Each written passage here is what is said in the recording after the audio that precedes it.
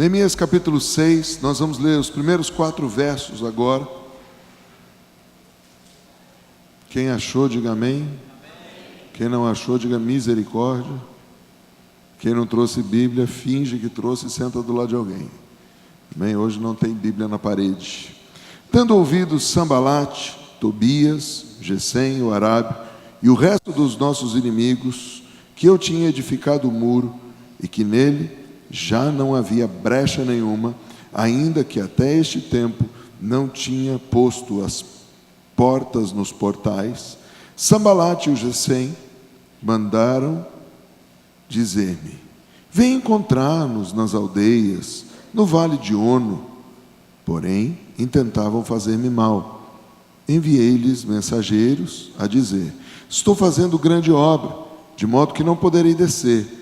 Por que desceria ou cessaria a obra enquanto eu deixasse e fosse ter convosco? 4 vezes me enviaram o mesmo pedido. Eu, porém, lhes respondi sempre a mesma coisa. Pai, no nome de Jesus, nós pedimos que Teu Espírito Santo nos ajude nos próximos minutos a compreender aquilo que o Senhor tem para nós. Quais são as distrações que o inimigo tem tentado lançar contra nós, contra a nossa família, contra o chamado do Senhor e contra a obra que o Senhor mandou fazermos. Senhor, abre nossos olhos espirituais, mas também abre os nossos olhos físicos para compreendermos de que maneira podemos nos ver livres disso e também, Senhor, de que maneira podemos andar de acordo com toda a Tua vontade para a glória do Teu nome, em nome de Jesus. Posso ouvir amém? Aleluia. O nome dessa mensagem, se você gosta de anotar, é mantenha o foco. Diga para o seu vizinho, mantenha o foco. Amém? Mantenha o foco. Todos nós estamos constantemente edificando alguma coisa, desde pequeno. Alguns edificavam bagunça, outros edificavam confusão, mas todos estavam fazendo alguma coisa. Você já notou como sempre que nós estamos concentrados fazendo alguma coisa, o inimigo usa alguém para nos desviar o foco, né? E o texto aqui diz: 4 vezes os caras mandaram a mesma mensagem, dizendo a mesma coisa: venha para o Vale de Ono. Vale de Ono aqui fala do Vale Vigoroso. Ono vai apontar para, em silêncio, a destruição da semente. Ou seja, de alguma maneira o inimigo estava querendo destruir as sementes que estavam no coração. Todo projeto que Deus nos dá para fazer são apenas sementes. E você deve lembrar que as sementes são sempre menores do que a colheita. Da mesma maneira que o projeto é sempre menor do que o prédio. Se você olhar as plantas desse prédio aqui, elas são bem menores do que o próprio prédio. Agora, para ficar mais fácil a gente ir para o simples, quantos aqui já estiveram ocupados com uma coisa e seu filho ou sua filha chega para você e fala: mamãe ou papai, eu quero tal coisa. Você diz: agora não. E aí a criança volta e fala: mas eu quero. Aí você fala: agora não, mas eu quero. Mas eu quero, mas eu quero, mas eu quero, eu quero. E aí chega uma hora que assim, passa da sua tampa, e como você não quer parar na delegacia por agressão ao menor ou incapaz, você se rende e fala: vai, faz. Alguém já viu essa cena? Eu não estou dizendo que foi no Rio de Janeiro, nem em Bauru, nem em Brasília. Não estou dizendo que foi no Acre. Gente, inclusive, hoje, quando tiver adolescentes aqui, apresenta os 2 do Acre e digam para eles: o Acre existe, né? Viu, Benjamin? O Acre existe. Dá para gravar o pessoal do Acre? Põe aí, vai vir aí, grava os 2 do Acre, dá tchau aí. Gente, os 2 do Acre existem, cara. Eles chegaram aqui. É um negócio que vira e mexe, me pergunta: o Acre existe? Existe, gente. Está ali, ó. Os acreanos, inclusive a bolachinha que você deu para o Kevin ontem, eu já comi. Que ele me entregou, ele falou: a tua porção e tua herança. Amém? Já peguei ela. Coitado, a herança era da Lu, mas eu peguei. Por isso que a gente é casado com comunhão universal de bens. Mas nesse primeiro ponto aqui, eu gostaria de mostrar para você o grande perigo que tem em não prestarmos atenção no desenho. O que quer dizer isso? Se nós estamos trabalhando, e eu creio que todos que estão aqui nessa sala, de alguma maneira, direta ou indiretamente, trabalham com a edificação da igreja? E quando eu digo indiretamente, talvez você fale, eu vim aqui porque me convidaram, mas eu sou só um irmão. Mas a minha pergunta para você é o seguinte: como irmão, você dá dízimo e oferta? Então você já está indiretamente financiando a obra. E de qualquer maneira você está envolvido. Se você canta, dança, tira foto. E a pior coisa para a pessoa é tirar foto quando o pregador não para. Eu sei o que ela está pensando. Deixa eu parar um pouco então. Eu sei disso, porque toda vez que eu tento tirar foto da minha mulher, ela está assim. E na hora que eu vou focar, ela, olé, vai para lá. E é terrível, parece que a pessoa está jogando capoeira, né? Mas amém, cada um é do seu jeito, né? Então, primeira coisa, a importância de analisar bem o desenho. Diga, eu quero aprender a analisar o desenho. Porque afinal de contas, se nós estamos edificando alguma coisa, nós precisamos ter um desenho. Se nós não temos o desenho, começa a ter uma bagunça. E nós vamos construindo de qualquer jeito. Você já foi numa casa que para chegar num cômodo você tem que passar no meio de um quarto, porque o projeto assim não foi feito para aquilo, mas daí foram aumentando a casa e parecia assim um labirinto. Alguém já foi numa casa assim? Ou numa igreja assim, que ganhou um terreno e foi construindo, fez um puxadinho para lá, aí chega uma hora que você não sabe para onde você vai. É horrível isso. Porque você se sente perdido quando você está na edificação. Agora, o grande problema começa quando nós começamos a edificar, existia um desenho. Então, eu vou te dar alguns exemplos práticos da minha vida como profissional. Eu ganhei uma sociedade numa empresa por conta de um erro de desenho. Eu era desenhista de uma engenheira na cidade de Pindamonhangaba e prestava serviço para diversos engenheiros. Mas essa engenheira especial era a que mais me dava trabalho. Eu era freelancer, trabalhava. E numa manhã eu vejo ela desesperada. Eu falei, Denise, era o nome da pessoa, da engenheira. Eu falei, o que está acontecendo? Ela falou, cara, deu ruim. Eu falei, mas o que deu ruim? Eu estou construindo a casa do meu pai, um coronel, em Pindamonhangaba. E o telhado não encaixa. Eu falei, como o telhado? Porque parece que está brincando de Lego, né? Você vem, pum, vou encaixar, não encaixa, né? Troca a pecinha, não. Na execução do primeiro projeto, ou seja, na parte de fundação, alguém resolveu chegar lá e disse, eu quero que aumente essa sala 1,5 metro para cá. O terreno era grande. E aumentaram. E ninguém comunicou isso à engenheira, ninguém comunicou isso a mim, o arquiteto que tinha feito o desenho. Na época eu não era nem arquiteto, eu estava ainda no segundo para o terceiro ano de arquitetura, mas eu tinha feito o desenho. Ninguém nos comunicou. E nós não prestamos atenção nisso também. E a coisa continuou. Quando chegou em ponto de telhado, todas as madeiras que nós compramos, tudo não funcionava. E o telhado não fechava, não encaixava. Porque alguém mexeu no desenho sem falar com a gente. Graças a Deus, aquilo me deu o direito de ser sócio de uma empresa, porque eu fui solucionar o problema. E quando eu cheguei lá, eu tive a grata satisfação de encontrar um carpinteiro que era muito amigo da minha família, muito amigo do meu tio, que já era construtor, muito amigo do meu avô. E ele falou, chegou o homem que vai solucionar. Gente, eu não era muito crente naquela época, mas já tomei posse da profecia. Chegou o homem que vai solucionar. Eu falei, amém. Porque o meu tio tinha uma boa fama na cidade de solucionador de telhados. E como eu aprendi um pouco com o meu tio, o cara olhou para mim e falou, deve ser. Porque existe um ditado popular que diz, quem não sai aos seus, degenera. Então eu falei, amém, gente, se eu não tinha, eu recebo agora, né? E fui, cara de pau, mas o Senhor me capacitou, mesmo sem eu ser crente. Sem eu ser um filho de Deus muito dedicado. Não era, como diz o meu amigo Joséi, eu não sei se eu era o pai d'égua, ou o filho de uma égua, mas eu era uma dessas raças. Mas mesmo assim, dei meu coice, funcionou.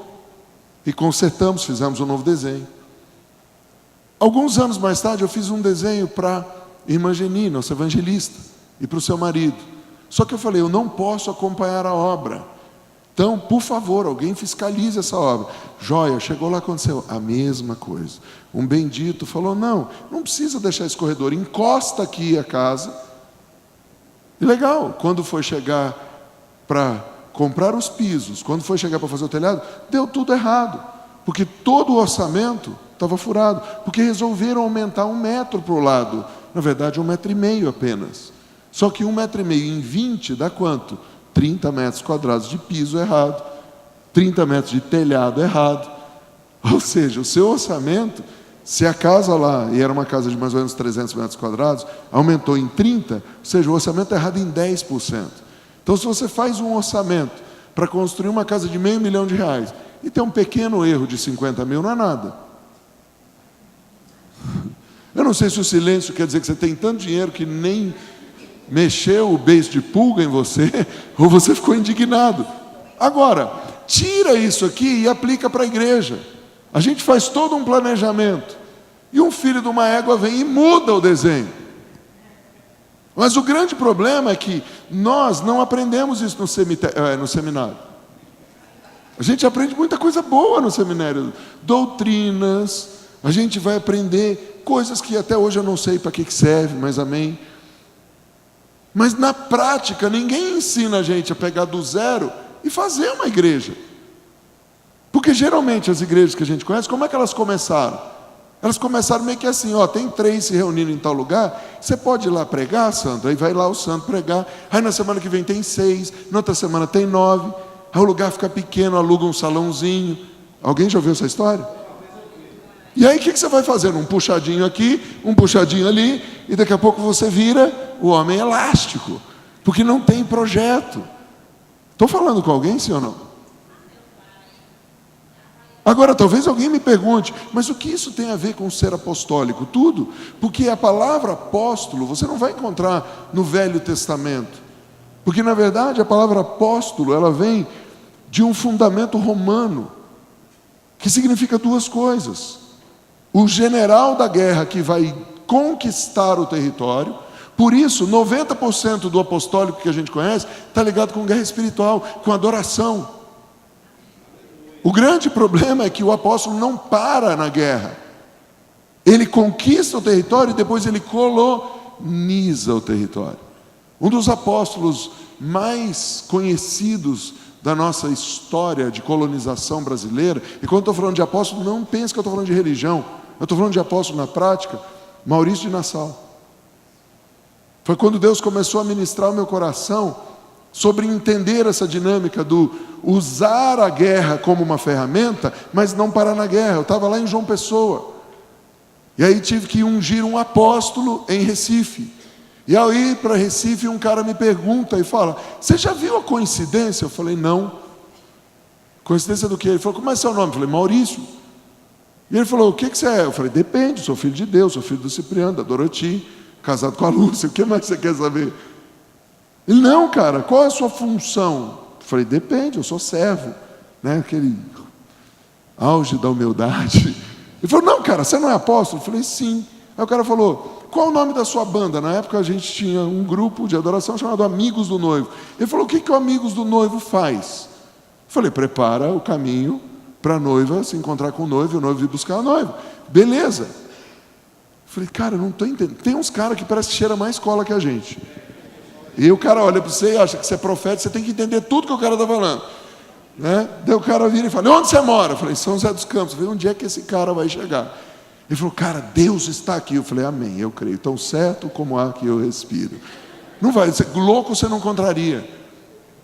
Ele virou e falou: cara, você mora em São José? Eu falei: moro. Amigos do noivo. Então Santo Antônio. Eu falei: agora piorou. Eu falei: Santo Antônio é uma cidade aqui perto, né? Eu falei: não vou amarrar. O cara é crente, né? Está tentando se esforçar. Ele falou: não, cara, viaja comigo. Qual que é o símbolo do casamenteiro na igreja católica? Eu falei: cara, eu nunca fui católico, mas é Santo Antônio, eu concordo. Ele falou: tá bom, qual é o nome dos 2 bairros onde estava o quartel-general e a escola de guerra e colonização de Maurício de Nassau em Recife? Eu falei: nunca ouvi falar. Ele falou: São José e Santo Antônio. Aí eu falei: para, cara, eu não estou entendendo mais nada. Onde você quer chegar? Ele falou: não, cara, Deus te trouxe aqui. E aí começou a profetizar. Eu falei: amém, eu recebo. Não xingou minha mãe, não feria a Bíblia, não era nada de errado, mas eu não entendi nada. Quantos já receberam uma profecia que não te incomodava, ou seja, te dava até uma paz, mas você não entendia nada? Amém. Essa profecia começou a mudar a minha vida. Porque eu comecei a estudar algumas coisas. E falar, cara, então quer dizer que Maurício de Nassau montou uma escola de guerra, Maurício de Nassau montou uma escola de colonização, e Maurício montou uma escola de urbanização. Eu sou arquiteto e urbanista, sou guerreiro, meu nome é Maurício, moro em São José e sou casamenteiro. Amém? Ontem eu falava com uma irmã lá do MC em São Paulo sobre isso. A mãe veio entregar a filha, olha, ela está mudando para esse ministério, ela é solteira, ou melhor, ela é viúva, mas ela quer casar de novo. Eu falei, eu tenho unção para casar, né? Se a Robertânia casou, todo mundo casa, gente. Querido, eu quero que você entenda o que eu estou dizendo, não é piada, tá? Está aqui a nossa amada, chegou, estou falando de você, lembra? Estou falando da sua mãe, na verdade. Por que eu digo que se a Robertânia casou, todo mundo casa? A questão não é beleza física, porque eu fico com a sabedoria de Donald Trump, que ao ser entrevistado por um homem maligno, e esse homem tentava espetá-lo, e dizia para ele, cara, sua mulher é bonita, mas é bem mais nova que você. E ele chegou a uma resposta, e ele falou 3 vezes a mesma coisa, para ver se calava a boca do cara.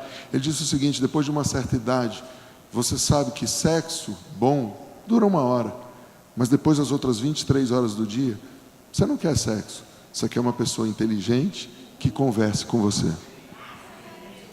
Só que não é isso que a nossa mídia socialista, esquerdopata, fala do Donald Trump. Um irmão em Cristo que se converteu há 2 anos. Ah, mas ele peca. Alguém aqui não peca? Tá. Queira estar no sapato do cara. Tá? Eu quero orar por ele, não quero estar no sapato do cara. Mas Maurício, onde que você quer chegar com esse negócio aqui? Você está dando uma volta, eu estou terminando a introdução, não fique ansioso. Calma, trata essa ansiedade. Quando eu comecei a entender essa questão do desenho, e entender que a minha tarefa como apóstolo não é só ir dar tiro em Satanás. Que, gente, fazer guerra é fácil e é até covarde. Por que fazer guerra é covarde? Porque a guerra já está vencida. Se você não pecar no que tange a tudo que você já aprendeu, se você não ferir o que o Senhor está dizendo para você fazer, e você vai, cumpre todo o protocolo da guerra, você já ganhou, porque a guerra já está paga. Inclusive é jogo pago, é jogo comprado. Eu sei que é duro para você, porque daí você fica, meu Deus, então ele está desdenhando da guerra. Não, querido, eu amo fazer guerra, às vezes coça meu dedo para dar tiro. Eu prefiro fazer guerra do que libertação, porque libertação você tem que ter paciência, você tem que esperar a pessoa se arrepender. E aí o cara, não estou entendendo. Daí dá vontade de fazer lavagem cerebral, põe a cabeça na privada e puxa a descarga. Já limpa Jesus. Então eu não tenho essa paciência. Eu já gosto de ir para a guerra. Perdeu o Leviatã. Perdeu. Eu gosto de pegar o helicóptero, não é, apóstolo Tito? Ir lá e solta a bomba. A gente faz essas coisas. Mas e depois? Pergunta para o seu vizinho, e depois? E o grande problema é que a igreja, nós, neopentecostais, e eu me incluo nisso junto com você, ou seja, nós cremos no poder do Espírito Santo. Todos nós aqui cremos que uma pessoa, para estar habilitada, ativada, ela tem que ser cheia do Espírito Santo. Ela tem que fazer uso dos dons que Deus deu para ela.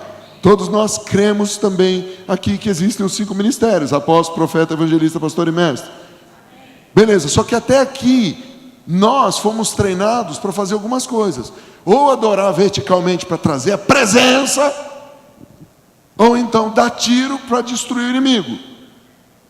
Só que nós, infelizmente, não encontramos literatura, não encontramos lugar para ser treinado para usar tudo isso. E, por favor, entendam que tudo que eu vou dizer e mencionar agora não é nenhuma crítica, meus irmãos, muito menos achando que eu sou melhor que eles e que eu sei fazer melhor. Não, queridos. É simplesmente um irmão que está pensando junto com você e chegando a algumas conclusões. Amém? Então, tudo que eu vou citar aqui, eu não tenho nada contra nenhuma pessoa, nenhum ministério, mas são questões que eu estou colocando no ar para nos ajudar. Posso ouvir amém? Então eu preciso orar de novo, porque até aqui eu já consegui chamar a sua atenção, amém? Então, diga assim: Senhor, eu quero entender além da letra e do que eu consegui ver até hoje. Abre os meus olhos e me faz ver além. No nome santo de Jesus. Amém?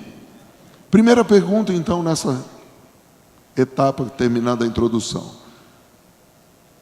Como encontrar o desenho? Como definir o meu desenho? Porque se eu e você estamos na obra de edificação, quantos concordam comigo que nós estamos na obra de edificação de igreja? Segunda pergunta é como usar tudo que eu aprendi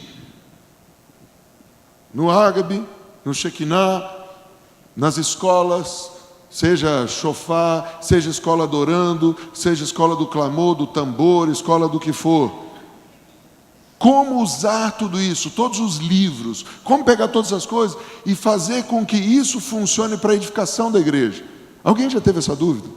Você fala, cara, cada dia eu leio mais, cada dia eu vou mais congresso, mas quando eu chego na igreja, existem problemas que eu não adianta só amarrar. Tem problema que não adianta fazer a pauta de oração do livro do apóstolo Maurício. Não que não seja ruim, é muito bom, pode comprar. Diga, mas nem só de pauta vive a igreja. Não, porque tem gente que acha, se eu fizer as pautas de oração, já está tudo resolvido. Tem gente que acha, se eu der os decretos e levantar os escudos, está tudo resolvido. Alguém já pensou como eu ou só eu sou o tapado da congregação aqui? Alguém já pensou desse jeito? Não, porque agora eu fui ungido apóstolo, vai dar tudo certo. Que agora eu tenho a unção para entrar no território.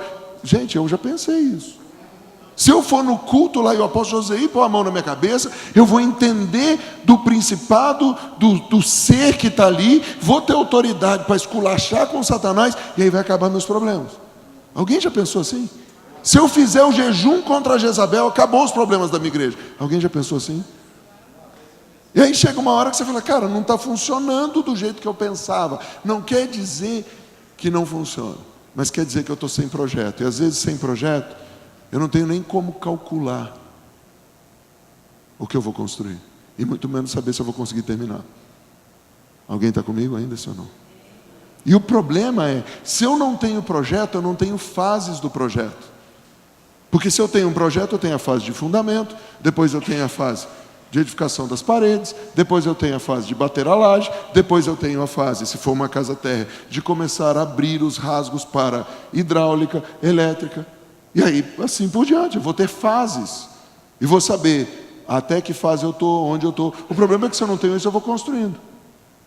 E aí eu não terminei um cômodo, mas eu preciso, porque chegou mais 30 pessoas, eu boto dentro desse cômodo, e aí vai morando, e aí nós criamos a favela gospel. Ou melhor, perdão, esse nome é feio, é comunidade. Não é verdade? E a gente acaba vivendo em uma comunidade bacana, mano. Nós se entende, é nós. E aí a gente pega e olha uma igreja grande.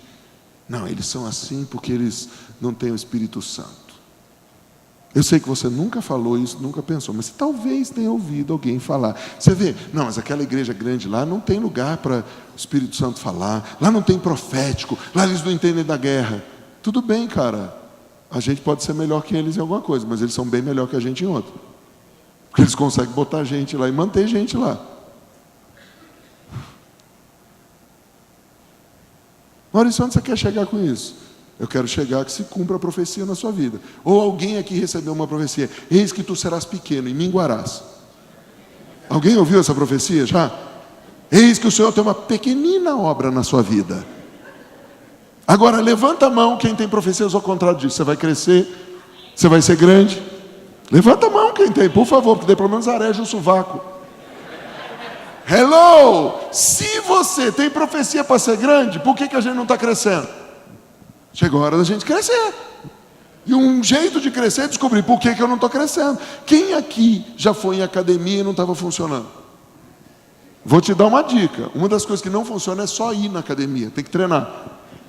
Não, porque tem gente que vai na academia para pegar o Wi-Fi da academia, fica lá. Ai, não emagreci nada. Não, de repente você pegou músculo no dedo. Só funciona se você usar. Por que as ferramentas não estão funcionando para a nossa edificação? Porque a gente não sabe usar.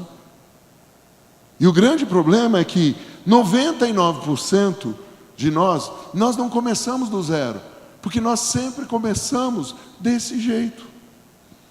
Quem aqui é pastor e pegou uma igreja que você não começou? Levanta a mão. Você herdou aquele negócio.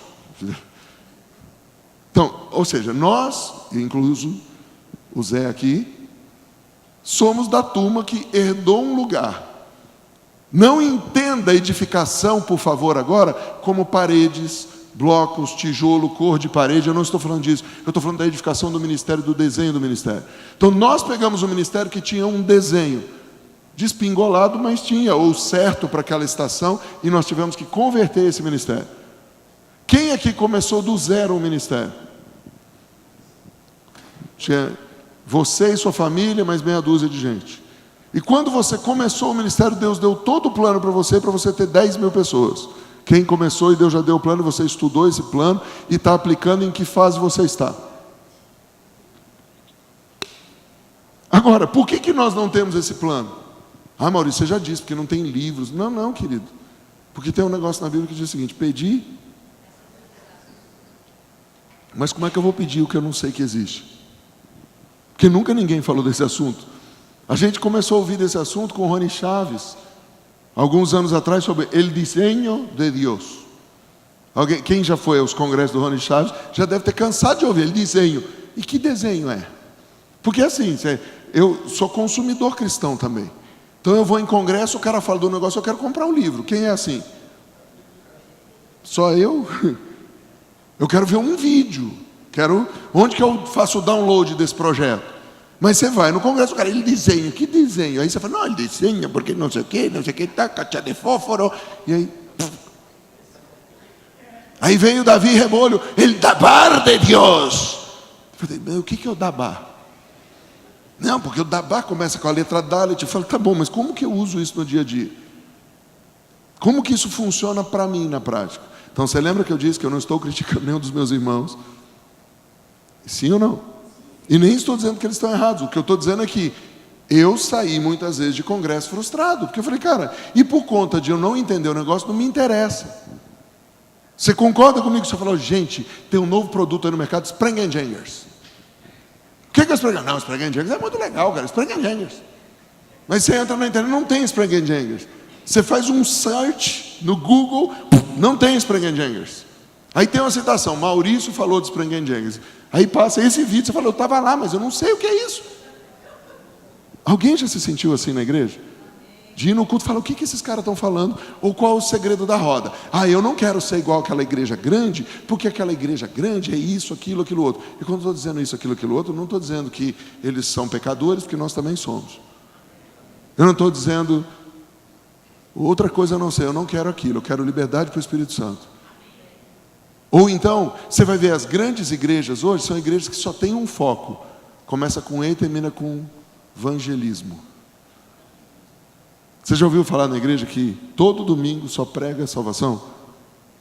Sim ou não? Tem gente que congrega com a gente que fala, cara, amei, mas todo domingo é a mesma coisa, todo domingo eu me converto de novo. E os caras estão fazendo um bom trabalho, queridos. Porque se todo domingo eles pregam salvação e a igreja está crescendo, e eles nasceram para fazer isso, glória a Deus. E Deus no último dia vai dizer, servo bom e fiel. Agora, se você, pastor, não quer ser só uma igreja de evangelismo, já acredita nos 5 ministérios, como botar esse raio dentro do meu desenho e fazer isso funcionar? E ter gente chegando, ter gente sendo pastoreada, ter gente sendo discipulada, ter gente sendo ministrada, ter gente sendo liberta, ter gente sendo cheia do Espírito Santo, ter gente profetizando.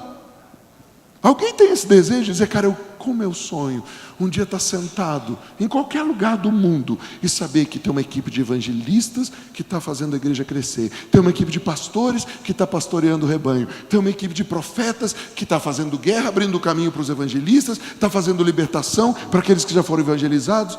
E os mestres estão fundamentando na palavra uma geração que não tem limites. E os adoradores estão abrindo o céu constantemente, trazendo canções de cura, canções para... Quem tem esse sonho? Porque senão eu vou me sentir frustrado. Vou dizer, cara, errei o endereço, eu devia estar em outro lugar. Devia estar no Guarujá, devia estar no Rio de Janeiro, tomando banho de praia, como tomando água de coco. Se eu vim num congresso que se chama Os Desenhos do Céu, tudo que eu receber precisa estar dentro dessa moldura, diga dessa moldura. Sabe por quê? Quando você vai num congresso, a coisa mais frustrante do congresso é você tentar juntar as palavras e ver se dá alguma coisa. Alguém já passou por isso? O João falou um negócio, o Bastião falou outro, aí parece que você levou um quebra-cabeças para casa que não tem o desenho para montar. Alguém já se sentiu assim num congresso, numa escola?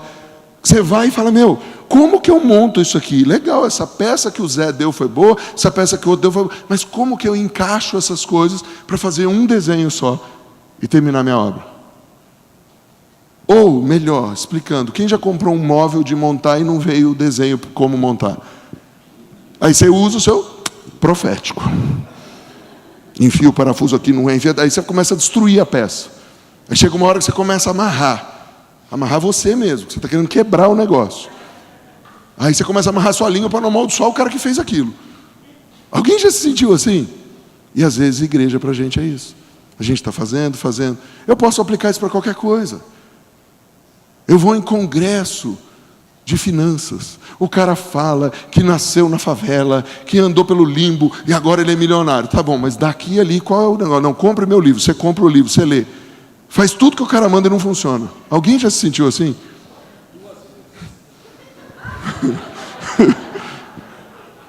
Não, gente, primeiro eu dei a introdução. Agora o ponto 1 é quebrando a frustração.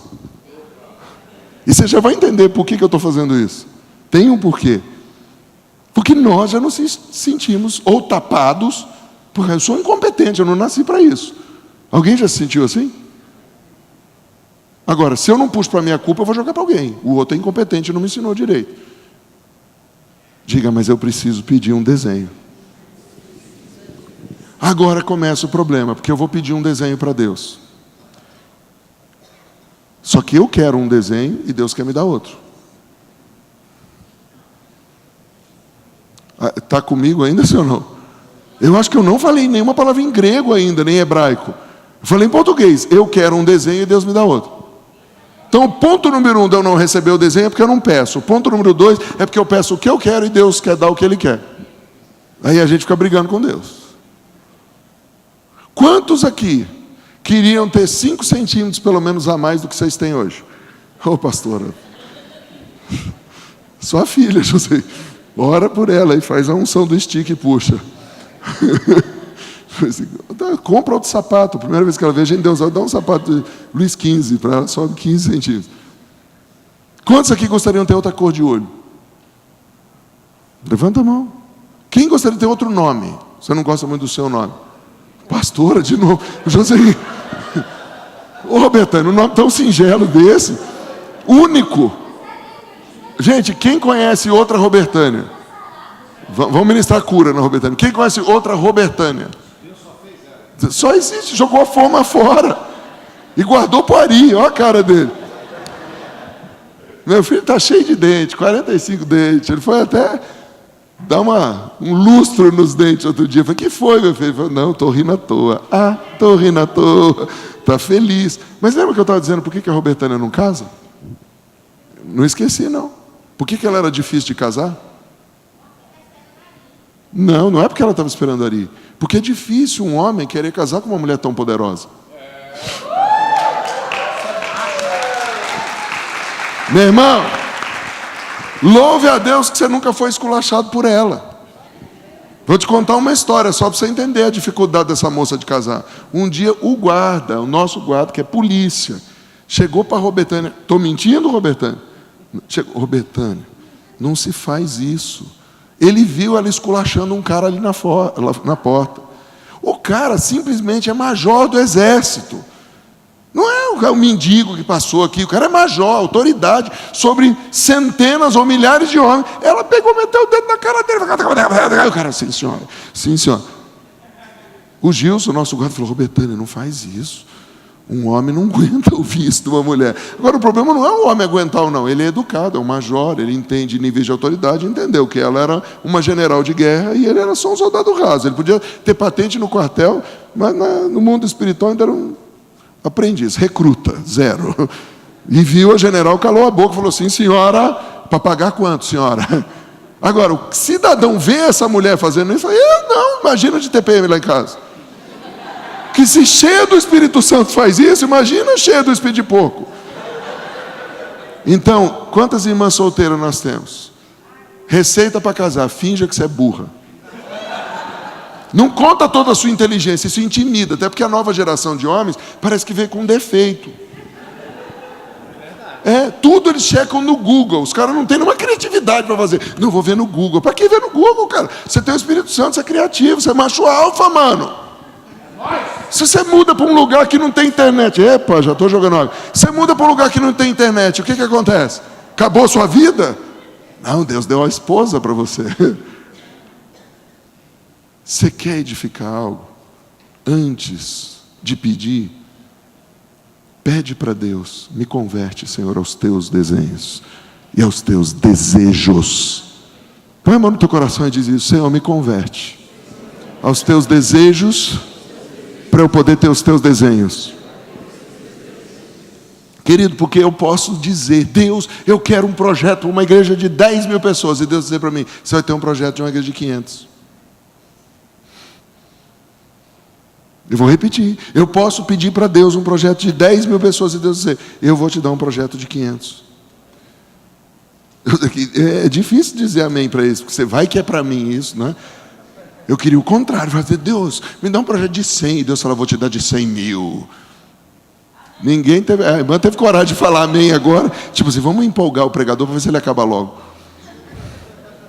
Quantos estão entendendo o que eu estou dizendo? Vamos pôr na área de finanças. Você pode pedir para a gente: Deus, eu quero um... Você pode falar: Deus, eu quero um projeto para nos próximos 2 anos fazer $1 milhão e poder ter uma reserva, e poder servir, e poder trabalhar menos no mundo secular e investir mais na igreja.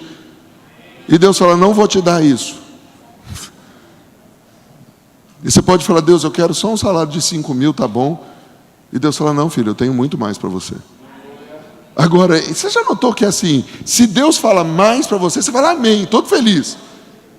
Se Deus fala menos, você finge que não é com você. Eu acho que é com o irmão que não veio.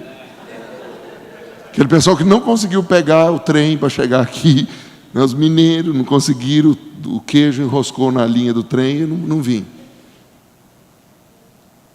Eu preciso primeiro me converter a quem eu sou. Porque Deus dá apenas conforme a capacidade de cada um. Eu vou repetir: Deus dá apenas conforme a capacidade de cada um. Eu, Sandro e José somos apóstolos, com 3 DNAs totalmente diferentes. A gente pode até ser parecido, assim, na beleza, né? A parte de humildade faltou para ele, né, Sandro? Mas amém. Nenhuma família é perfeita, mas... Por que nós temos essa intimidade? Porque nós andamos juntos há muito tempo. Já dormimos no mesmo lugar, com comida, sem comida, com ronco, sem ronco. Mas nós somos totalmente diferentes. O que o Sandro suportou na vida, eu não sei se eu suportaria. O tipo de ministério do Joseí, eu não sei se eu suportaria. E a recíproca eu sei que é verdadeiro. Então, quando a gente descobre quem a gente descobre qual é o nosso papel na edificação. E aí entra um negócio muito importante que o profeta Kevin fala: se eu sou o número 1, número 2 ou número 3. Não, Jesus é o número 1. Cara, para de espiritualizar, vem para a terra. Em todo lugar tem um número 1, que é o cara que Deus vai falar: você vai fazer. Ou a mulher que Deus vai falar: você vai fazer isso. Diga: esse é o número 1. Agora tem muito número 2 tentando ser número 1. E tem muito número 3 tentando ser número 1. Quantos já ouviram a famosa frase: metade das igrejas da cidade deveriam fechar? Alguém já ouviu isso? Porque muitas dessas igrejas nasceram numa motivação errada, para provar que eles iam conseguir ser. Eu já vi o profeta Kevin esculachar um monte de gente, mas no bom sentido. Dizer: você não nasceu para isso. Você não nasceu para isso. A pessoa primeiro ficou ofendida, né, Tito? Não, a pessoa primeiro falou: quem é esse cara que veio lá de fora esculachar? Tito quase deixou a gente a pé no Rio de Janeiro. Os caras estão no meu carro esculachando comigo, dizendo: fecha a sua igreja. Quem é o cara para mandar eu fechar a minha igreja? Hoje está aí, está feliz, tranquilo. Está vendo? E nem se ofende. Mas tem gente que o profeta ou alguém fala, você não nasceu, pensa o cara ofende. Fala, agora eu vou abrir uma igreja para provar para o outro que eu sei. Sabe o que acontece? Ele sofre, a família dele sofre, o rebanho dele sofre, as finanças sofrem, todo mundo sofre, porque o cara está fora do desenho. Então, vamos repetir a famosa frase do profeta Kevin, agora com mais entendimento. Diga, eu sou um desenho. Dentro de um desenho. Dentro de um desenho. Dentro de um desenho. O problema é que o último desenho eu quero fazer sem entender o meu primeiro desenho. Porque se eu não nasci para administrar aquele último desenho, eu posso até construir o último desenho e vou falir. Vou deixar minha família louca. Hello? Quantos estão entendendo até aqui? Diga, mantenha o foco. Como então nós podemos chegar a um desenho? Como eu e você podemos chegar a um desenho? Primeira coisa, para cada dia de planejamento, nós ganhamos tempo, dinheiro, paciência e forças. Repita isso, para cada dia de planejamento investido, nós ganhamos tempo, dinheiro, paciência e forças. O que quer dizer isso, Maurício? Se eu pedir para Deus o desenho, e Deus me mostrou quem eu sou, e Deus disse, ó, você tem a capacidade para edificar uma igreja de 100 pessoas, você tem uma capacidade para edificar uma igreja de 500, você tem uma capacidade para edificar uma de 1000, ou depois que você tem uma igreja de 100, 200, 300 pessoas, Deus disse, você tem capacidade para abrir mais 3 congregações, então você deixa de ser uma congregação e se torna uma denominação. Tá? Todo mundo está me acompanhando? Se Deus chega nesse ponto e já mostrou quem sou eu, qual a minha capacidade, me testa no pouco, à medida que eu sou fiel no pouco, Ele me acrescenta no muito. Você é fiel na sua célula, Deus te dá um ponto de pregação, uma congregação. Você é fiel na sua congregação, Deus te dá uma igreja. Você é fiel na sua igreja, Deus te dá uma denominação com 2, 3, 4 igrejas. Você é fiel nessa denominação com 2, 3, 4 igrejas, se você tiver capacidade, se a sua equipe tiver capacidade, se Deus planejou isso, você pode chegar a ter 500 igrejas, 1000 igrejas. Pastor, eu não tenho igreja. Quem tem igreja é Jesus, amém. Mas quando eu digo ter, é ter a responsabilidade sobre, de ser o administrador disso ou o mordomo disso, amém? Agora, o grande problema nosso é que nós temos a famosa ansiedade profética. Quantos já ouviram falar de uma pessoa que Deus disse, você vai receber tantos reais, o cara já saiu comprando no cartão de crédito? Você já ouviu falar disso? Então, esquece que Deus falou, mas o cara tem a possibilidade de fechar um negócio. José conhece um monte de gente assim que fica doido. Não, vai fechar o negócio. Beleza, o cara já vai lá e compra um iate.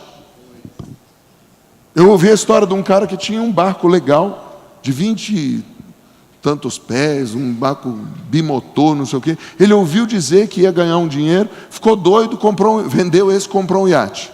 Agora está fugindo, porque não tem nem o iate, nem o barco e nem dinheiro para pagar. Diga, ansiedade. Ela funciona no natural e ela funciona no espiritual. A gente quer fazer as coisas que Deus disse que a gente vai fazer. Mas para fazer o que Deus disse que vai fazer, tem tempo. Quantos aqui já ouviram dizer, eis que o Senhor vai te dar um filho? Já ouviu Deus falar para alguém? E você acha que é só a mulher ir lá ter relação sexual, no outro dia tem filho? Não, demora quanto tempo? 9 meses. Só para fazer é um tempo, né? Assim, se o cara for meio precoce, uns 30 segundos. Mas, amém, mas já faz. Aí depois são 9 meses. E esses 9 meses, por que Deus deu? Para dar tempo de fazer o quarto do bebê, de comprar o berço. Igreja é a mesma coisa, não adianta, aluguei o salão, tá bom, mas e como é que vai ser o negócio? Os diáconos vão estar onde? Qual que é a dinâmica do culto? Que horário que chega quem? Não, como assim? É só marcar lá às 7 horas da noite. Tá bom, mas alguém tem que chegar antes para abrir o prédio. Tem que ter reunião para combinar isso. Não, nós somos proféticos. Eu sei que vocês são proféticos, mas não é pecado combinar as coisas também. Porque Deus é profético e Ele deu o projeto. Por que Ele não chegou para Moisés e falou, Moisés, eu sou profético, transfiro o profeta, vai lá e constrói uma tenda. Gente, todo mundo aqui é profeta, cada um pega um pedaço de pau, vai levantando que vai dar certo. Qualquer coincidência, não, é mera semelhança. Vocês entenderam, o trocadilho é o contrário. É assim que a gente faz. A gente pega o profético e põe no lugar errado. O profético serve, primeiro, diga, para preparar o caminho. Segundo, para limpar a equipe, com libertação. Terceiro, para estabelecer o desenho de Deus nos prazos. O que é isso? Deus me deu algo para fazer. Deus também te dá o tempo, porque Ele é o Deus do tempo. Então, qual é a etapa 1, Deus? Qual é a etapa 2? O nosso problema é que Deus falou que a gente vai fazer, a gente sai fazendo. E fala, Deus, vem comigo que vai ser legal agora. Eu vou te mostrar como é que eu vou fazer. E não pergunta, Deus, como que eu faço? Onde que eu faço? De que jeito que eu faço? Diga, planejamento. É aqui que começa a grande diferença entre uma igreja tradicional e uma igreja profética e neopentecostal. Porque a igreja tradicional cresce porque tem planejamento. E a igreja neopentecostal vai indo, vamos no vento. Ó, vamos no vento, para. Diga, seja lá o que eu for edificar, eu preciso de um plano, de um desenho. Por exemplo, fala o nome da cidade do mundo que você gostaria de visitar. Fala aí. Por exemplo, Coimbra, aqui é a nossa irmã. É só comprar passagem e ir para Coimbra? Não. Você tem que ter um plano. Que dia que você vai? Até para comprar passagem. Você não pode entrar lá, pum, decolar. Compra que dia? Qualquer dia. Não. Qual é o dia? Pode ir aquele dia. Quantas vezes? Quanto custa? Quanto custa o hotel lá? Eu tenho casa de um amigo. Quanto vai custar a comida? Você vai ficar só em Coimbra ou vai andar à volta? Diga, para qualquer coisa eu preciso de plano. Agora, você concorda comigo que a gente vive em dias de caos, que as pessoas não planejam, e todo fim de culto vem um desplanejado pedindo oração, porque a vida está um caos. É só em São José dos Campos que acontece isso, gente. São Paulo, nunca vi lá no MCI São Paulo, não vai ninguém pedir oração. Hello, pastores, intercessores. Já chegou alguém cheio de problema que você olha para a cara da pessoa, se ela tivesse planejado, ela não tinha esses problemas. Maurício, mas eu vou para um culto para ouvir falar disso. Levanta a mão de verdade, quem já viu alguém, por falta de planejamento, dançar, espiritual, emocional, físico ou financeiramente.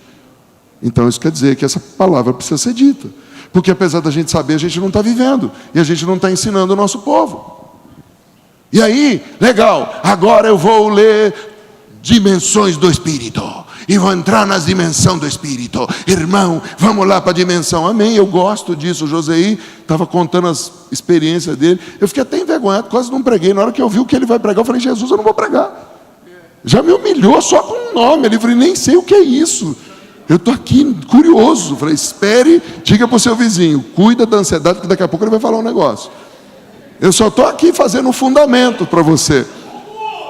Tem uns negócios que eu falo, Jesus. Agora, minha pergunta é o seguinte: você crê que Deus pode te dar experiências espirituais?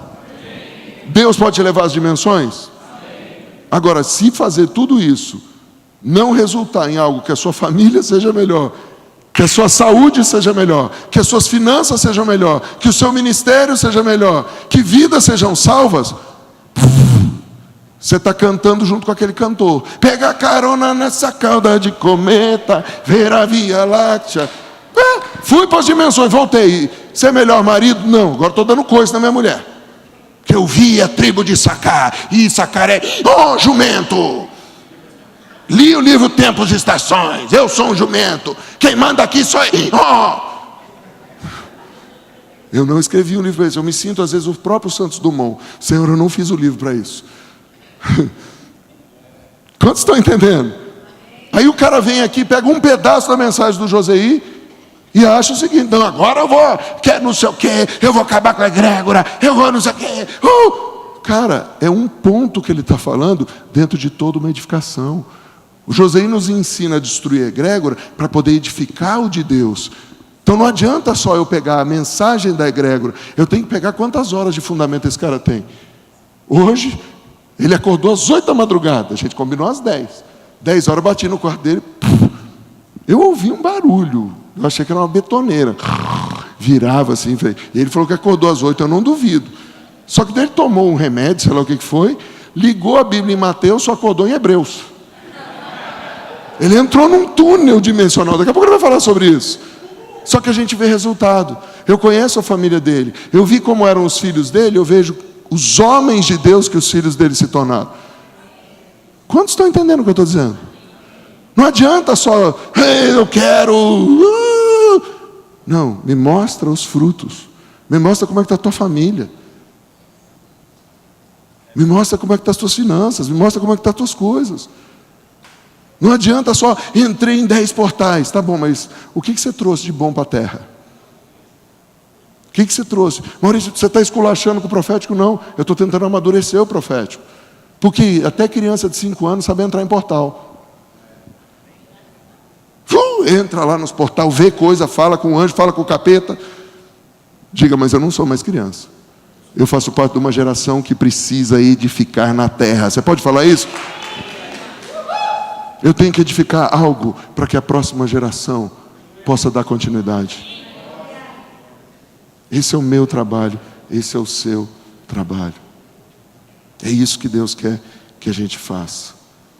Seja lá o que nós fomos edificar, nós precisamos de um plano, diga um desenho. Abre sua Bíblia em Lucas 14, 28.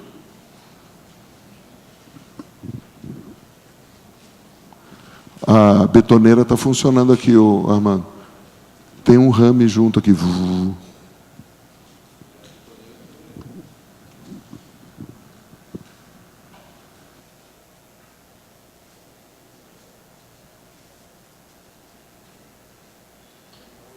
E não é o meu microfone, porque eu já desliguei ele e liguei. Tem alguma outra coisa ligada aí, que espetaram agora. Vê se não espetaram áudio, alguma coisa aí, por favor. Lucas 14, 28. Será que alguém começa a construção de uma casa sem primeiro fazer um orçamento para calcular o custo? Como é que nós vamos calcular o custo se não tem desenho? Quantos metros de parede? Quantos tijolos eu tenho que comprar? Falando do natural, falando do espiritual, a mesma coisa. Eu vou fazer um culto para 100 pessoas. Eu preciso de 100 cadeiras, falando do natural. Ou mais, porque eu preciso da cadeira para o pessoal do louvor, eu preciso da cadeira para o pessoal da intercessão. Você tem que fazer conta. E eu preciso saber quantas horas de intercessão eu vou ter que fazer para gerar aquilo. Eu preciso saber quanto tempo eu vou ter para pregar. Quanto tempo eu preciso para fazer? É uma sequência de coisas que eu preciso ter um desenho. Alguém pode me perguntar, o que isso tem a ver com a igreja, irmão? Simples. Você já prestou atenção? Quantas vezes está escrito na Bíblia a palavra edificação? Ou edificar? Eu fiz um resumo das palavras só para te ajudar. No Velho Testamento, edificação do tabernáculo, edificação de altares, edificação do templo, edificação de muros, edificação de torre. No Novo Testamento, edificação da igreja, edificação de torre, edificação de casa, e assim vai. A Bíblia está cheia de edificação. Será que o assunto é importante? Mateus 16, 18. Também eu te digo que tu és Pedro, e sobre esta pedra edificarei a minha igreja, e as portas do inferno não prevalecerão contra ela. Todo mundo conhece esse texto, certo? E a maioria já sabe qual é a revelação que eu vou mostrar para você. Jesus não estava dizendo que Pedro é o primeiro Papa. Quantos concordam com isso? Gente, eu vou repetir. Jesus não estava dizendo que Pedro é o primeiro Papa. Quantos concordam com essa afirmação? Alguém acha que Pedro era o primeiro Papa? Eu estou assustado. Joseí, Robertânia, põe lá na salinha, se eu tirar algum negócio aí, caroço de manga que entalou.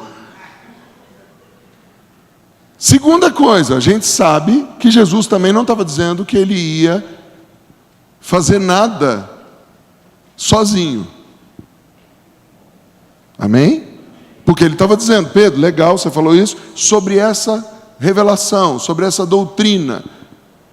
Eu vou edificar minha igreja. Que revelação? Que Jesus é o Senhor, beleza? Mas quando ele usa a palavra pedra, ele está usando uma palavra em hebraico que é a junção de duas palavras, Abba e Ben, pai e filho. Abba mais Ben dá Eben. Jesus estava dizendo em outras palavras, a minha igreja só é edificada quando ela pensa em pelo menos 2 gerações. Acho que você não está me entendendo. A minha igreja só é edificada quando ela pensa em pelo menos 2 gerações. Deus não quer que você faça nada que morra com você.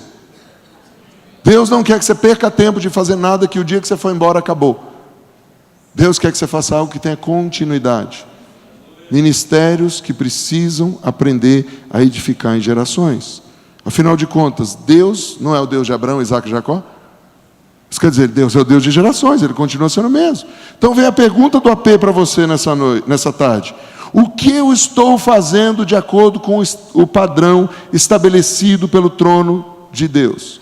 Ou vou mudar a pergunta. O que eu estou fazendo de acordo com o padrão do dono da igreja? Quantos concordam que a igreja tem um dono, o nome dele é Jesus Cristo? Por que ele é o dono? Ele comprou. Ele pagou o preço com a própria vida. Então ele é o dono da igreja. O que eu estou fazendo de acordo com o padrão do dono da igreja? Porque se eu sou um obreiro, se eu sou um pedreiro, se eu sou um carpinteiro, se eu sou um marceneiro, se eu sou um serralheiro, se eu sou um eletricista, se eu sou um encanador, eu não estou construindo a minha casa, eu estou construindo a casa para o dono. O problema é que nós pastores, nós apóstolos, nós profetas, achamos que estamos construindo para nós. E começamos a fazer do nosso jeito. Diga, não é do nosso jeito. Porque quantos contratariam uma empresa que você fala, eu quero uma casa de 4 quartos. Ele fala, não, 4 quartos não, você vai construir uma casa de 2. Você acha que é piada isso? Então eu vou te contar um fato verídico. O nosso piloto de avião, nosso intercessor de missões, o líder da intercessão de missões dessa casa, foi para Portugal apresentar um avião da Embraer para uns futuros compradores, e chegou lá no restaurante e falou, o senhor tem bacalhau? E o garçom disse, tenho sim senhor, mas não vais comer. Ele, como assim? Vocês brasileiros só acham que Portugal tem bacalhau? Não, tu vais comer sardinha. E ele falou, mas eu não quero comer. Não, tu vais comer sardinha, não vais comer bacalhau. Você já imaginou você sentado numa mesa, você vai pagar para comer, e o cara disse, você não vai comer, tem, mas não vai comer. Diga, parece a gente com Deus. Deus manda a gente evangelizar aqui, a gente, não vou, Senhor, eu vou evangelizar aqui, o Senhor não sabe nada, sou eu que sei, eu estou na terra, o Senhor está há muito tempo aí no céu. Alguém está entendendo as comparações? Porque eu gosto de traduzir o mundo espiritual para algo natural. Toda vez que eu me meto a construir um negócio fora do desenho de Deus, eu perco meu tempo, meu dinheiro. Eu falo, Senhor, por que está acabando o dinheiro? Daí Deus vai dizer, porque você está construindo o que eu não mandei. Então eu não tenho parte nessa construção. Eu não tenho parte nessa construção.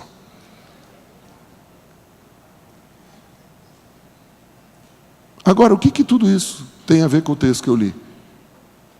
Volta para Neemias 2:3, você vai entender. O rei chega para Neemias, você tem que lembrar que Neemias era um cara que tinha um emprego muito bacana, né? Ele tinha que experimentar tudo que o rei bebia. Isso quer dizer, se deu ruim, ele era o primeiro a saber. Ou seja, ele era um homem de confiança, diga homem de confiança. Deus nunca vai dar a edificação da igreja para alguém que não seja de confiança. Eu vou repetir, Deus nunca vai dar a edificação da igreja para alguém que não seja de confiança. Maurício, e o tesoureiro de Jesus? Isso é outra história.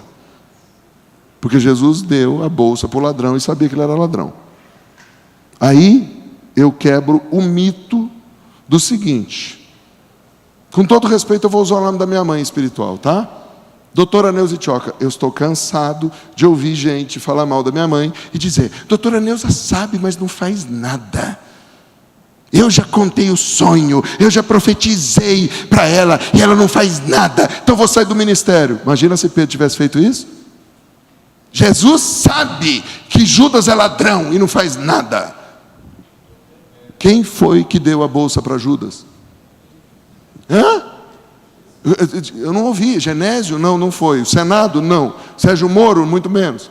Quem deu a bolsa para Judas? E Jesus não sabia que Judas era ladrão? Sabia e não fez nada. Então não julgue a sua autoridade. Não se levante contra o seu líder. Se ele está quieto e não fez nada, não chame ele de frouxo, de Jezabel, de Acabe.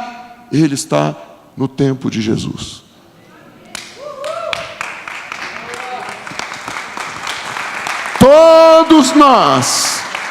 Todos nós, sem exceção, já julgamos nosso pai, nossa mãe ou nosso pastor. Ele já sabe, não deu castigo. Ele já sabe, você não é o pai, palhaço. A responsabilidade não é tua. Do Ministério Ágape e Reconciliação é da doutora Neuza. Ela vai prestar conta para Deus. Faz a tua parte, cala a boca e marcha.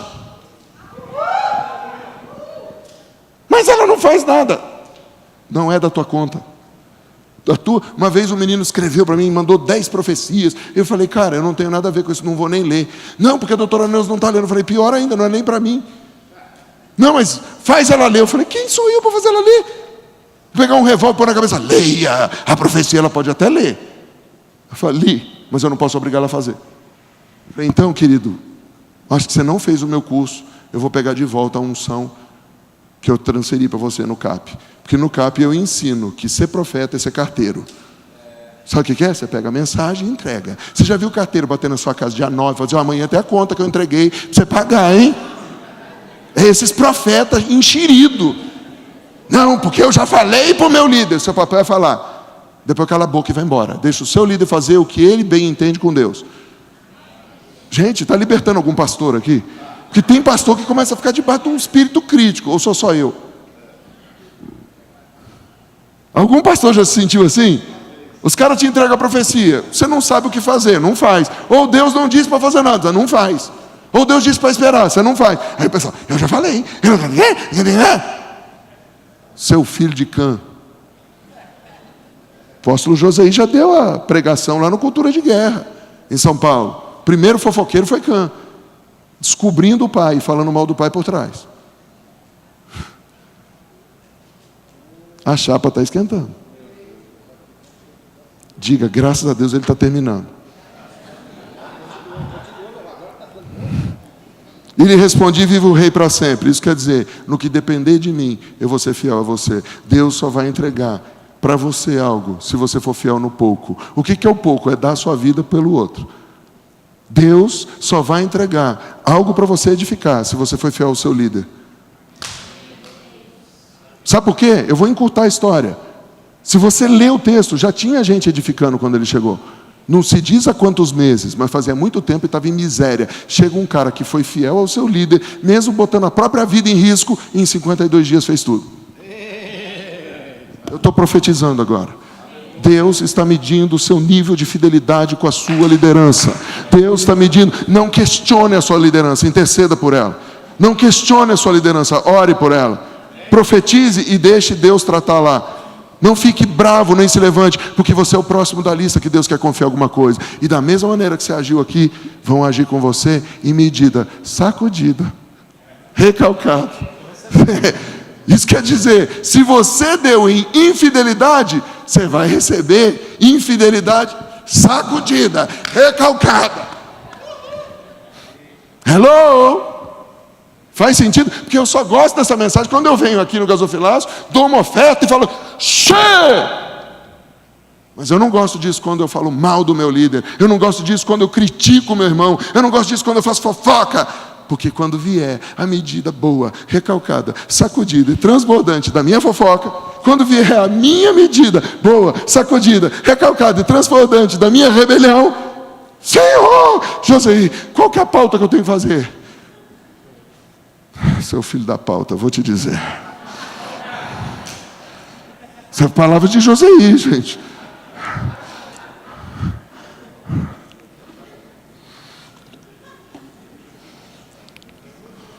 Verso 11. Cheguei a Jerusalém, onde estive 3 dias.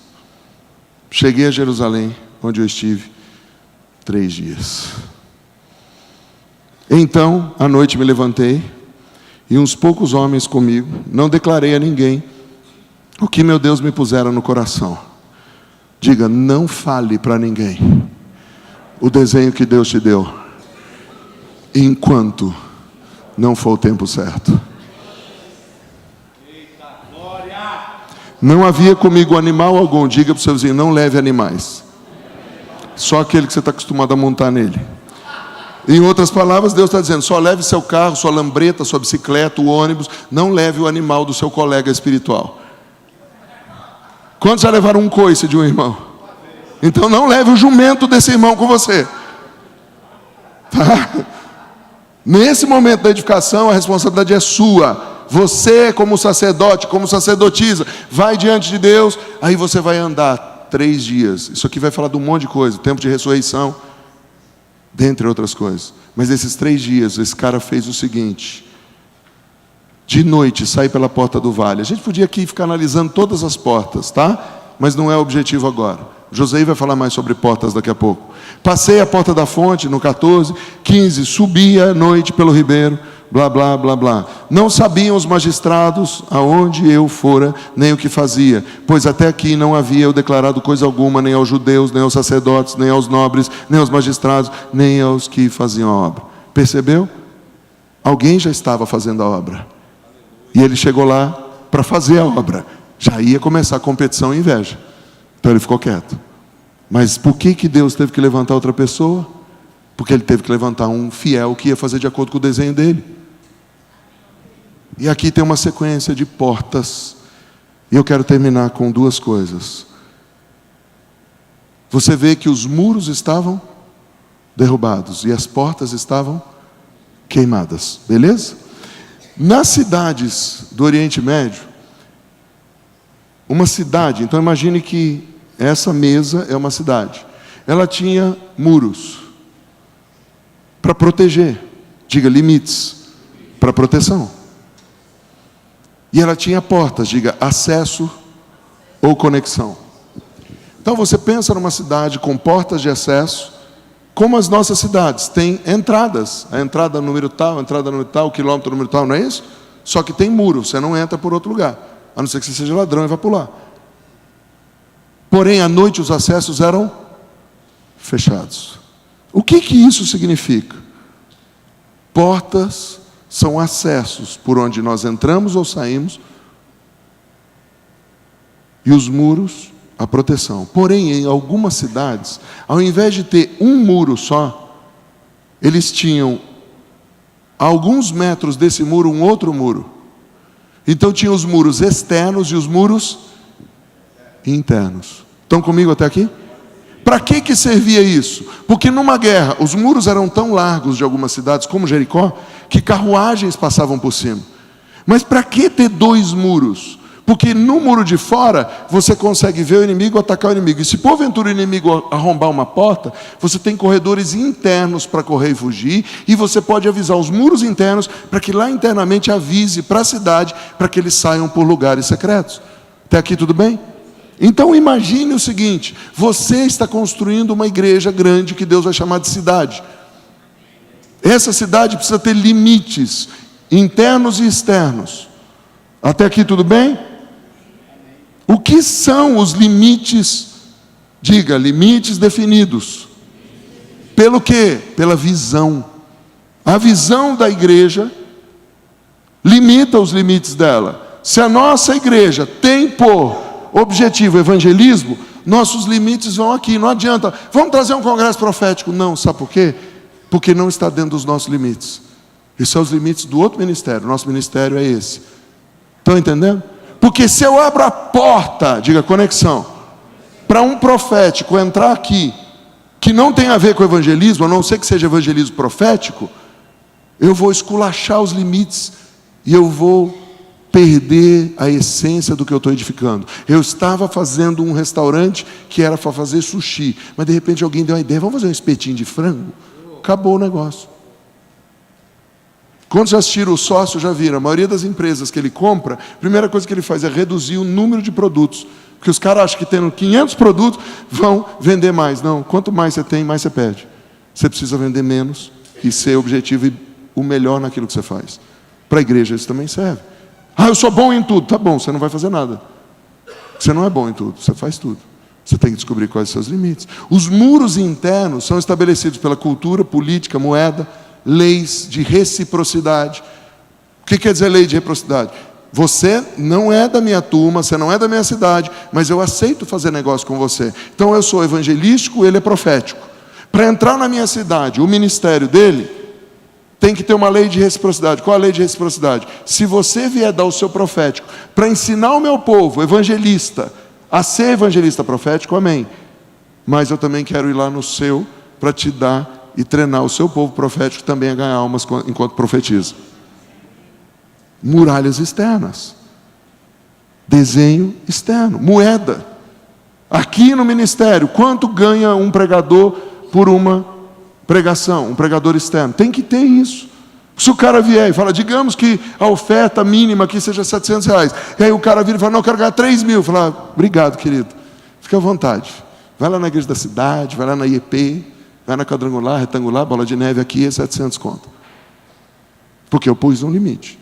Porque o meu orçamento não vai além disso, eu não vou ficar endividado, porque eu quero trazer um pregador que em uma hora vai vir tentar fazer um show do negócio que eu estou há 10 anos, 20 anos construindo. E a maior catástrofe que um pregador pode fazer na sua igreja é causada por você, pastor. Quem é pastor de uma igreja? Diga, eu sou o responsável por muitas das burradas que aconteceram na minha igreja. Sabe qual a frase mais maligna que você já falou na sua igreja? Quando um pregador foi pregar e você fala aquela famosa frase: deixa Deus te usar, irmão. Fala aquilo que o Espírito Santo mandar. Não, querido, eu sou o construtor aqui. Você vai falar dentro disso aqui. Ah, você não tem uma mensagem? Obrigado, senta aqui, te dou até uma oferta de amor, mas eu vou pregar, porque eu sou responsável. Cara, você está ficando radical, porque eu quero construir o que Deus me mandou. Eu sei o tamanho e não vou falar para ninguém. Só no devido tempo, a minha equipe vai saber. Nem ele sabe onde que a gente vai chegar. Ele sabe que a gente está indo, é divertido. E devagar eu vou colocando as peças. Isso que eu estou pregando, eu preguei para os pais das casas e para os líderes dos 5 ministérios dessa casa. Porque seria leviano da minha parte pregar para você um negócio que os meus filhos não receberam primeiro. Você está entendendo?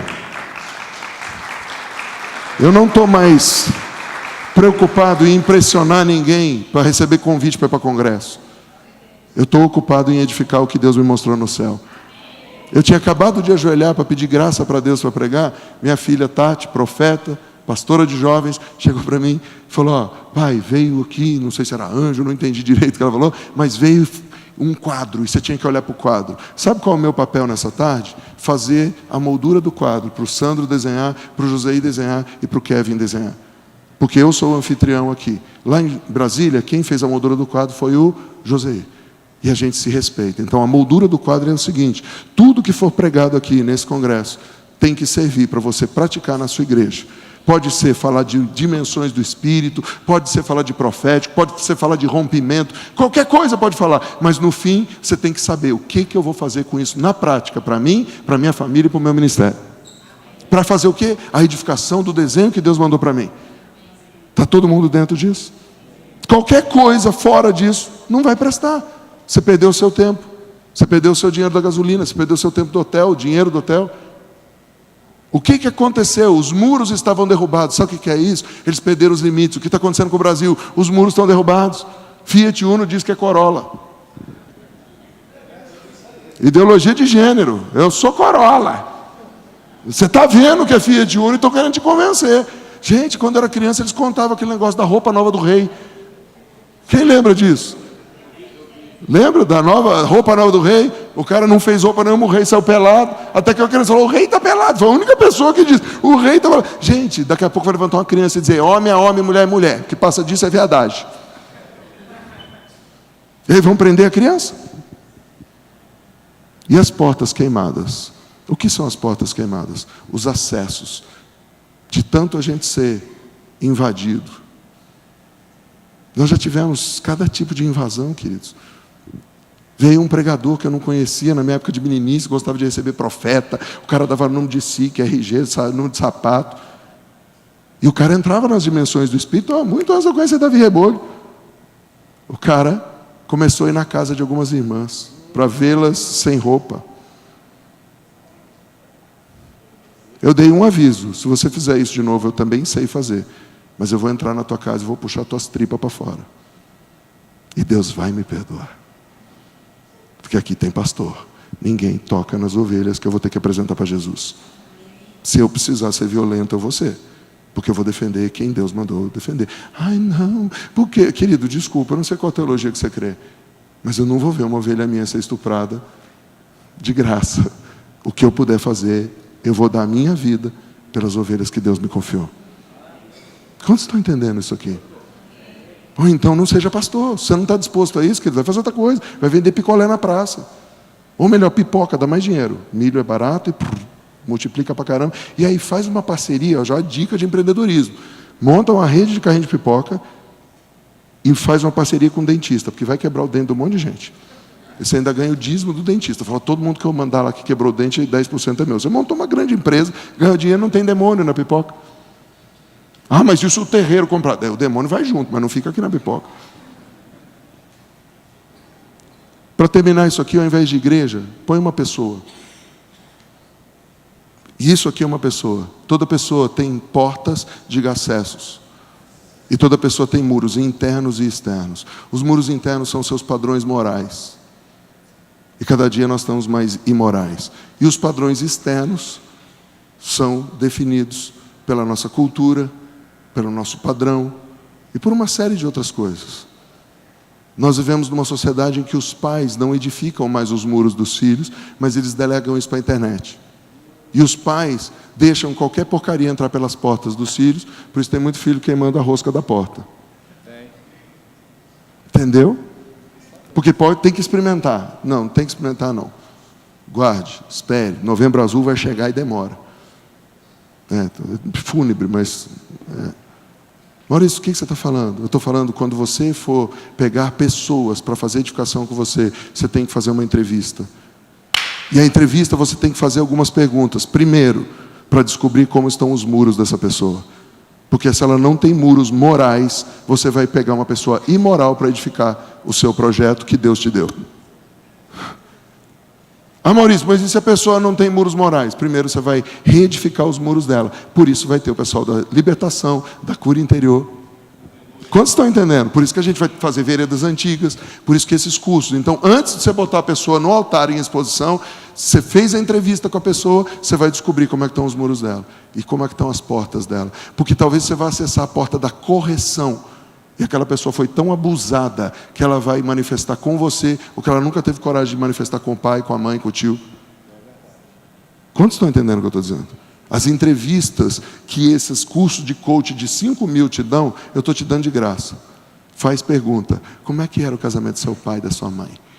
Sabe por quê? Porque se ele teve num casamento que o pai e a mãe não se respeitavam, fatalmente ele tem dificuldade em entender limites de respeito e autoridade.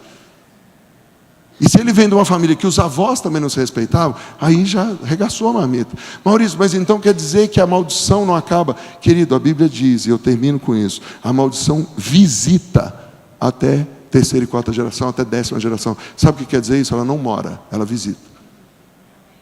Então sabe o que quer dizer isso? Ela vem, aparece para a pessoa, e a pessoa decide, vai ser aquilo ou não. Porque Deus deu esse direito da pessoa decidir. E eu conheço um monte de gente que não é crente, que o pai era alcoólatra e essa pessoa não se tornou alcoólatra e não põe uma gota de álcool na boca. Porque a maldição visitou e aquela pessoa disse: eu não quero isso, porque eu vi os resultados para minha mãe e para o meu pai. Porque a gente mistifica tanto a libertação. Senta com a Robertana e com o Joseí. A libertação é mais fácil do que você pensa. Porque a maldição sem causa não encontra pouso. Você quebrou a causa da maldição, acabou. A pessoa vai querer decidir. Ah, Maurício, mas a vontade dela está fraca. Dá-lhe vitamina B nela. O que é vitamina B? Bíblia. Que dela vai ser fortalecida pela palavra. E pela palavra ela vai ter autoridade para dizer em nome de Jesus: não mais, Satanás. Aleluia. Aí você põe discipulado, você põe tudo que você aprendeu. Mas, antes de fazer isso, você precisa ver como estão as suas portas e os seus muros. Porque se os seus muros e as suas portas estiverem arrebentados, você vai arrebentar com as pessoas. Feche os teus olhos e diga: Senhor Jesus, eu não sei se eu entendi tudo, mas me ajuda nesses próximos 3 dias, usando profecia, apostólico, mestral, pastoral e missões, para ativar em mim o edificador. E me mostra se eu sou o número 1, número 2 ou número 3. Mas antes de tudo, me mostra como estão meus muros e minhas portas. Onde minhas portas estão queimadas. Onde eu estou entulhado. E põe pessoas à minha volta para me curar, para me libertar. Ajuda-me, Senhor, porque eu não quero perder a minha oportunidade de ser um edificador para a minha geração. Eu não quero perder a oportunidade de servir ao Senhor, servindo o meu próximo. E tudo que eu fizer é por Ti, para Ti, porque vem de Ti. Tua seja a glória, Teu louvor, para sempre. Você pode aplaudir o Senhor.